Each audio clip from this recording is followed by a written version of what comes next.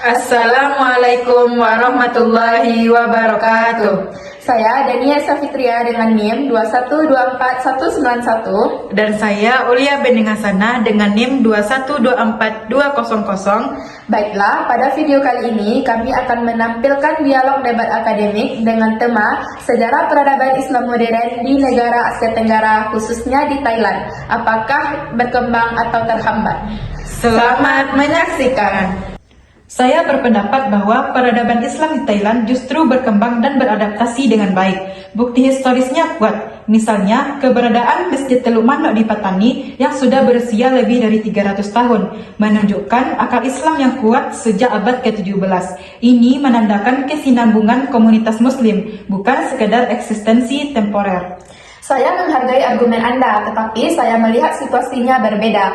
Sejarah panjang bukan berarti perkembangan modern berjalan begitu mulus, melainkan faktanya Muslim di Thailand itu hanya 4 hingga 5% dari populasi. Menurut sensus Thailand, posisi sebagai minoritas membuat mereka rentan terhadap diskriminasi sosial maupun politik, terutama komunitas Melayu Muslim di Patani, Yala, dan Narathiwat yang sering menghadapi konflik dan ketegangan. Tetapi kita juga harus melihat keragaman dan adaptasi komunitas Muslim. Islam di Thailand tidak monolitik. Ada Muslim Melayu, Arab, India, hingga Muslim Urban di Bangkok. Profil pelajar.com mencatat bahwa pluralitas ini menunjukkan fleksibilitas peradaban Islam dalam menerima pengaruh budaya lokal. Selain itu, negara memberikan ruang, ada ribuan masjid dan banyak madrasah yang diakui pemerintah. Laporan Anadolu Agency mencatat bahwa pendidikan Islam tetap berjalan aktif. Artinya, negara tidak menghambat perkembangan lembaga Islam. Ruang itu ada, tetapi tidak cukup menjamin perkembangan secara menyeluruh. Di wilayah selatan, laporan Republika menunjukkan bahwasannya masyarakat Melayu Muslim masih berhadapan dengan masalah identitas, marginalisasi, dan konflik separitas. Ini bukan sekedar tantangan kecil, melainkan hambatan struktural. Dari sisi pendidikan, daerah selatan tertinggal secara infrastruktur dibandingkan dengan provinsi yang mayoritas Buddha. Dengan penelitian GP mengungkapkan bahwasanya akses pendidikan formal di Patani dan Yala masih sangat rendah. Ini sangat jelas menghambat perkembangan peradaban. Walau ada tantangan, perkembangan tidak bisa diabaikan. Banyak Muslim di Bangkok telah berintegrasi dalam sektor pemerintahan, bisnis, dan pendidikan. Penelitian UIN Malang menyebut bahwa Muslim perkotaan berhasil beradaptasi tanpa kehilangan identitas agamanya. Selain itu, Muslim Melayu di selatan tetap mempertahankan budaya mereka seperti nasyid, tulisan Jawi, dan sistem pondok. Ini bukti bahwa identitas Islam tetap kuat meski berada di negara non-Islam.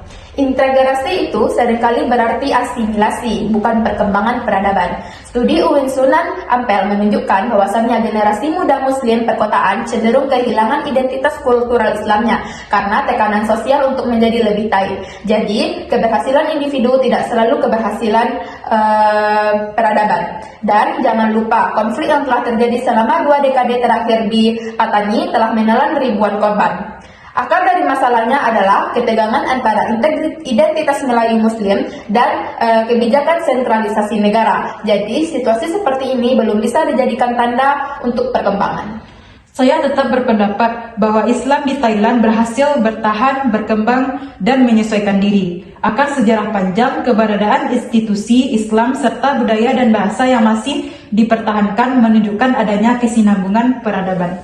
Dan saya tetap melihat bahwa perkembangan itu masih terhambat oleh diskriminasi, konflik identitas, kesenjangan pendidikan, dan tekanan politik. Jadi, peradaban Islam di Thailand memang sudah ada, tetapi belum berkembang secara ideal.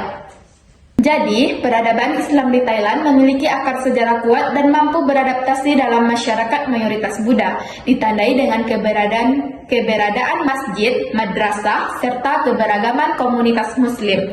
Namun, perkembangan itu tidak berjalan mulus karena masih dihadapkan pada tantangan serius seperti posisi sebagai minoritas, konflik identitas di wilayah selatan, dan ketertinggalan pendidikan. Dengan demikian, Islam di Thailand tetap bertahan dan berkembang, tetapi tidak sepenuhnya bebas dari hambatan struktural dan sosial.